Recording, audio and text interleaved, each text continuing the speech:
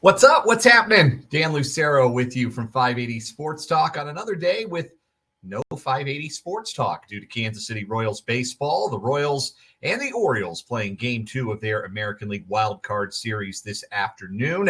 A 3:38 first pitch means a 3 o'clock pregame, which means no 580 Sports Talk for a second consecutive day. But for the second consecutive day, I'm bringing you a little bit of a taste of what we would be talking about on 580 Sports Talk today, the big sports headlines of the day. I've decided to call it the No Show Today Show. And this is day number 2 of the No Show Today Show. Won't be quite as long as yesterday, but we got some things to get to. So let's get right into it. Let's start with the Royals. They are 1 win away from the division series. And it's because of that guy, Cole Ragans. Man, what a performance by Ragans in the 1-0 Game 1 victory for Kansas City over Baltimore. 6 shutout innings, allowed just 4 hits, struck out 8, didn't walk anybody. Of his 80 pitches, 60 were strikes.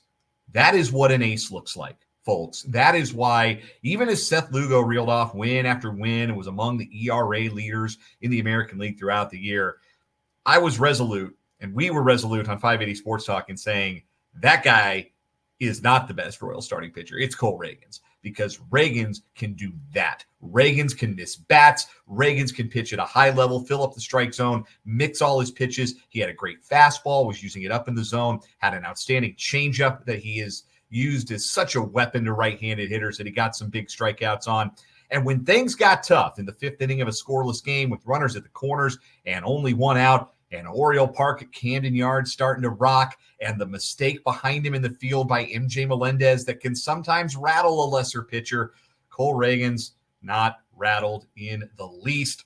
He gets 2 big strikeouts, including one of Gunnar Henderson, the star shortstop of the Orioles, to end that threat. Then the Royals turned around and scored their lone run in the next inning, their star shortstop, Bobby Witt Jr., delivering the RBI single that would prove to be all that Ragans and 3 relievers, Sam Long, Chris Bubich, and Lucas Erceg, would need to close out the Game 1 victory. In the history of Major League Baseball leading up to this season, there have been 16 best-of-3 playoff series. The winner of Game 1 has won 14 of those 16 series. So, historically, a huge edge for the Royals to have stolen Game 1, even though they did it, frankly, without a whole lot of offense. The Royals continue to struggle mightily at the plate. They only got that RBI single from Bobby Witt Jr., and they needed a stolen base from Michael Garcia to even have a runner in scoring position. I didn't think the Royals had a bunch of bad at-bats yesterday or anything. They did hit into some hard luck, most notably MJ Melendez's line drive double play that squelched a rally at one point. But look, you got to push runs across the board. It's hard to win games 1-0 game in and game out. The Royals had never won a postseason game 1-0 before last night. 1-0 games are rare, and it's really hard to win when you can't score. And the Royals continue to struggle to push runs across, even with the return to the lineup of Vinny Pasquantino. And I actually thought that was a positive in a lot of ways for the Royals, intangibly and tangibly. But I also thought Vinny P's at-bats looked okay. He drew a walk late. Unfortunately, the Royals weren't able to cash in that opportunity after a strikeout by Salvador Perez ended the threat in the top of the 9th inning. But he also hit a ball hard out to center field. Ball just wasn't carrying yesterday. It was a really good day to be a team not reliant on the long ball, which is true for the Royals. They are not reliant on the long ball. It's a little less true for these Orioles. They need the ball to be carrying. They need it to be jumping. They need to hit the ball over the fence to create their offense. And it just wasn't. Ball was just not carrying in Baltimore yesterday. But back to Vinny P, I thought his at-bats were fine for a guy who hadn't played since the end of August. I thought that it was largely pretty encouraging. And again, just his presence and teams respecting what he can do at the plate, respecting his knowledge of the strike zone, respecting his ability to drive in runs, to get runners in from third and less than 2 outs, which few in the league were better than Pasquantino this year. He had 97 RBI at the end of August when his season was lost. He would have certainly been top 2 or 3 in the American League in runs driven in had he been able to finish his season. So it's good to have Vinny back for a lot of reasons. and it did lengthen out the lineup a little bit. The lineup just felt better. It felt like it made more sense with Pasquantino slotted third between Witt and Perez. But the results were about the same as they'd been for the better part of September when the Royals put together the worst team OPS, that's on base plus slugging percentage, the worst team OPS in a month of any team in the last 2 seasons. If you hoped that the change of the calendar and the move to October might break the Royals out of that funk, well, it didn't happen in game 1. Thankfully, Cole Reagans was the man, and the Royals are 1 win away from a date with the Yankees in the division series. Best of 5s against the Yankees. Man, that will certainly bring back some memories from a certain generation of Royals fans. Not all pleasant memories, but memories all the same, if the Royals can indeed advance to a division series against the Bronx Bombers. They're 1 win away. Seth Lugo is on the mound tonight against Zach Eflin of Baltimore, and unlike the matchup for the Royals, they have a starting pitching edge. I said they had a bullpen edge. I picked the Orioles to win the series. I picked all the home teams. That doesn't look very good right now. We'll get to that in just a second. But I really like the Royals' ability to match up pitching-wise, especially in the bullpen. They've got a passel of lefties who are throwing the ball really, really well right now. We saw 2 of them out of the bullpen last night. Sam Long, very briefly, 10-pitch 7th inning. Chris Bubich threw 20 pitches in the 8th. I would imagine both could be available tonight, in addition to the other 2 lefties in that bullpen, Angel Zerpa and Daniel Lynch. And those 4, I think, are crucial in matching up with the left-handed pop that Baltimore has and keeping those guys in the ballpark, avoiding that short porch out there in right field at Camden Yards. I think it's an advantageous thing for the Royals to have all those lefties. They can go to the bullpen and get behind Lugo, who I expect to do Seth Lugo things tonight. The Royals are going to have to score more than 1.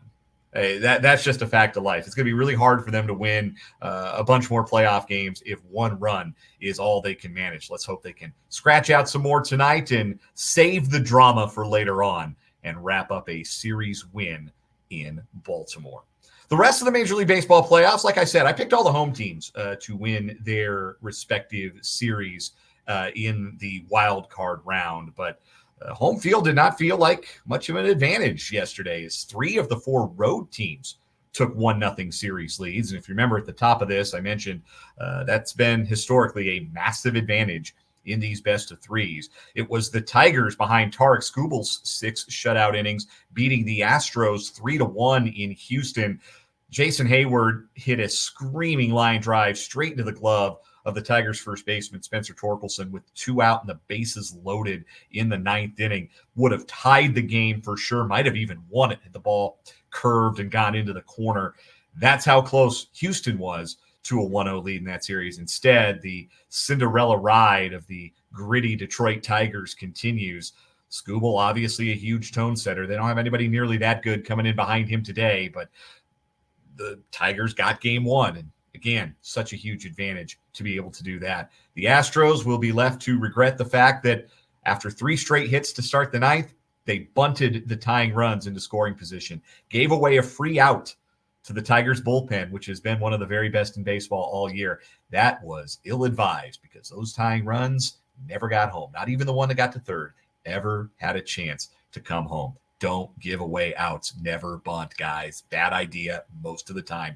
Outs are the currency of baseball. I'm on my soapbox now. Outs are the currency of baseball. Don't give them away for free. Don't do it. Big mistake, and the Astros paid for it.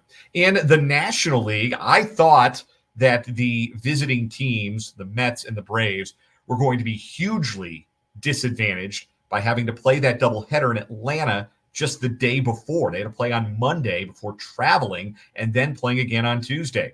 And it certainly felt like that was going to be the case after the Brewers jumped out to a 2-0 lead on the Mets in the 1st inning. But the Mets came back. Nothing about the Mets makes sense.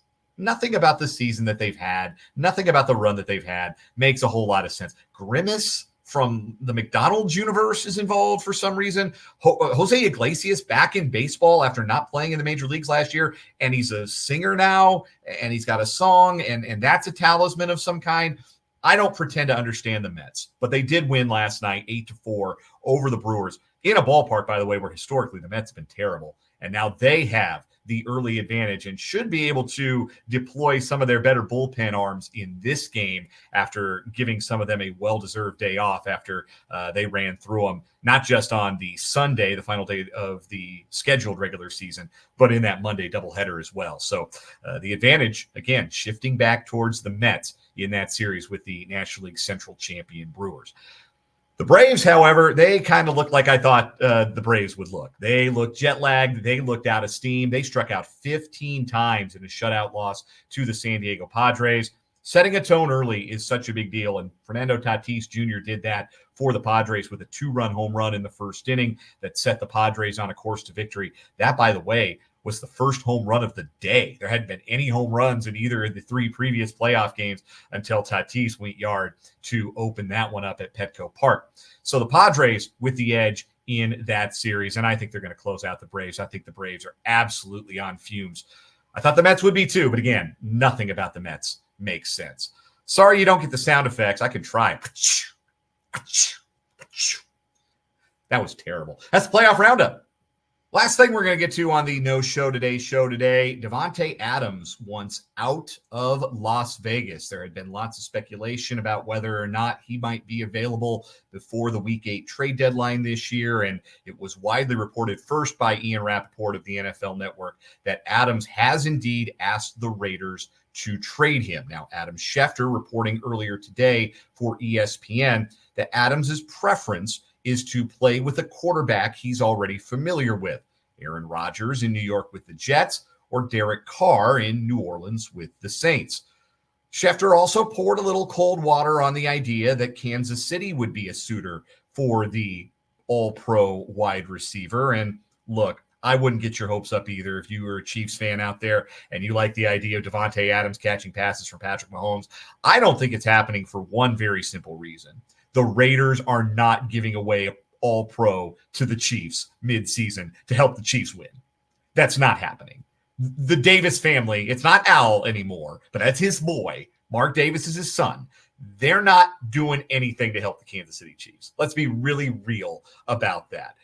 Plus, the Chiefs would have to overpay to even get Mark Davis to pick up the phone. And even then, I really don't believe that that's something that Mark Davis wants to do. So if Davante Adams is going anywhere, it's probably happening outside of the AFC West. And I would even guess it happens outside of the AFC. I would think the Saints maybe make a little bit of sense. Bill Barnwell of ESPN says the Washington Commanders, the Fighting Spencer Dupuises, would make the most sense, not just for acquiring Adams, but fitting as a trade partner to give the Raiders back what they would want and what Adams would be fairly worth in a trade. I do not think he's going to the Chiefs. I'll tell you that right now. But I do think that the Chiefs should be thinking big if they are going to be without Rashee Rice for the foreseeable future. And again, we've got nothing new on Rashee Rice's injury. A lot of people are saying, boy, if it were a torn ACL, we'd know by now. Maybe it's not so bad. I don't want to get anybody's hopes up on that front, but the Chiefs are going to wait and see, and they have until Week 8 to make a trade. But I do think if indeed it is a worst-case scenario kind of injury for Rashee Rice, that the Chiefs are better suited making a big swing because you only get one chance to win a third consecutive Super Bowl and make NFL history. And that opportunity is not to be taken lightly. So I understand that Andy Reid's offense is complex. The verbiage is complex. It's hard for a wide receiver to come in and learn it on day one and fit in right away. Man, I think if you go get a stud and you have him catch passes from Patrick Mahomes after practice a couple of times a week, I think they would figure it out by the time November and December rolled around. And there's something to be said for having a true number one, like a DeAndre Hopkins type, who can just go get it, who can get open, who is a reliable veteran threat that teams have to game plan against. That's the kind of swing the Chiefs need to take if indeed they do trade for a wide receiver. That's going to do it for today's edition of the No Show Today show. We might do one tomorrow. We have no idea. As you're watching this, no idea if we're going to have a show tomorrow or not. It depends on what the Royals do. If they win, we'll be on from 3 to 6. If they lose, we might be on, we might not be. We have no idea. So hang with us. Watch our social channels, 580 Sports Talk on Twitter, this YouTube channel here, 580 Sports Talk, and we'll let you know. But until we talk to you again, whenever that may be, I'm Dan Lucero for 580 Sports Talk. Have a great rest of your day.